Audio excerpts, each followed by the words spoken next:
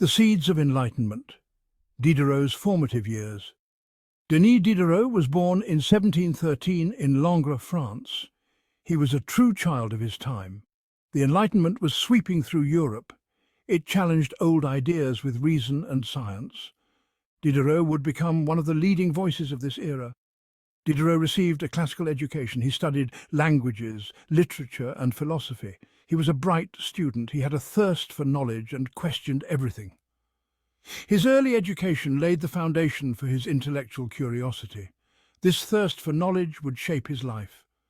Despite pressure to pursue a traditional career, Diderot chose a different path. He was drawn to writing and philosophy. He embraced the life of a freelance writer. This gave him the freedom to explore a wide range of subjects. His early writings explored the relationship between mathematics and music. Diderot's early work showcased his sharp intellect. He wrote with clarity and wit. His writings began to attract attention in the salons of Paris. These were gatherings of intellectuals and artists. Here ideas were debated and challenged. Diderot thrived in this environment. He engaged in lively discussions. These interactions further fueled his intellectual growth. The Encyclopédie stands as a monument to the Enlightenment. It was a groundbreaking project. It aimed to compile all human knowledge in a single work. Diderot co-founded and edited this ambitious endeavour. It became his life's work. The Encyclopédie was more than just a collection of facts. It was a statement. It championed reason, science, and secularism. These were radical ideas at the time. Diderot and his colleagues faced opposition from the church and the monarchy. Diderot assembled a team of brilliant minds. These included Jean-Jacques Rousseau and Voltaire. These thinkers contributed articles on a wide range of subjects. The Encyclopédie covered everything from philosophy and science to art and technology. The Encyclopédie faced censorship and criticism, but it also found a wide audience. It spread Enlightenment ideas across Europe and beyond. It became a symbol of intellectual progress. It challenged the established order. It empowered individuals with knowledge. Diderot is often labelled a materialist. He believed that the universe was made up of matter in motion. There was no need for a supernatural realm. This view challenged the prevailing religious dogma of his time. He argued that thought and consciousness were products of the brain. They were not separate from the physical world. This idea was controversial then, and it remains debated today. Diderot's materialism had profound implications for his understanding of human nature. Diderot's materialism was deeply connected to his belief in the power of observation and experimentation. He argued that we understand the world through our senses. We can test our hypotheses through scientific inquiry. This approach challenged the traditional reliance on authority and revelation. Even as he embraced materialism, Diderot recognized the complexity of the natural world. He saw the universe as a vast and interconnected system. He marveled at the diversity and beauty of nature. A materialist perspective did not diminish his sense of wonder. Diderot was a prolific writer. He explored a wide range of genres.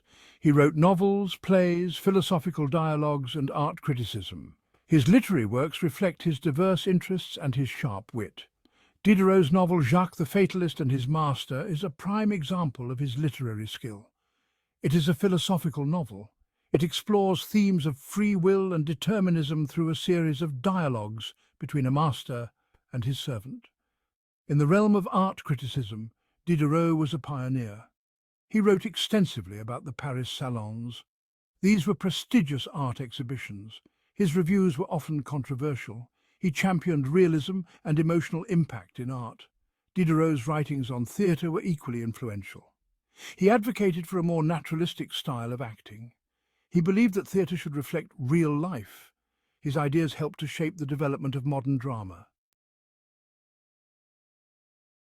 Diderot lived in an age of scientific discovery. He was fascinated by the natural world. He believed that nature held the key to understanding the universe.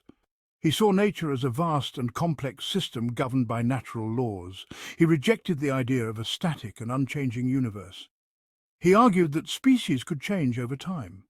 This foreshadowed Darwin's theory of evolution by centuries.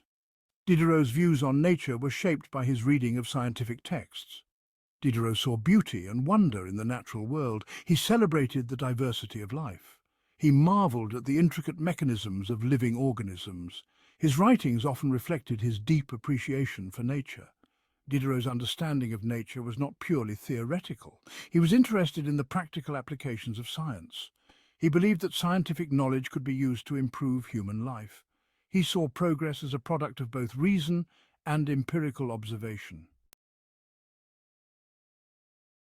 Diderot's relationship with religion was complex. He lived in an age when questioning religious dogma could be dangerous. He was critical of organized religion. He saw it as a source of superstition and intolerance. He rejected the idea of a personal God who intervened in human affairs. He argued that the universe was governed by natural laws. There was no need for a divine creator. This made him a controversial figure in his time. Despite his skepticism towards traditional religion, Diderot was not an atheist in the modern sense. He acknowledged the limits of human understanding. He believed that the universe held mysteries that we may never fully grasp. Diderot's views on God were shaped by his materialism and his belief in the power of reason. He saw the universe as self-sufficient. It did not require a divine explanation. His ideas challenged the religious orthodoxy of his time.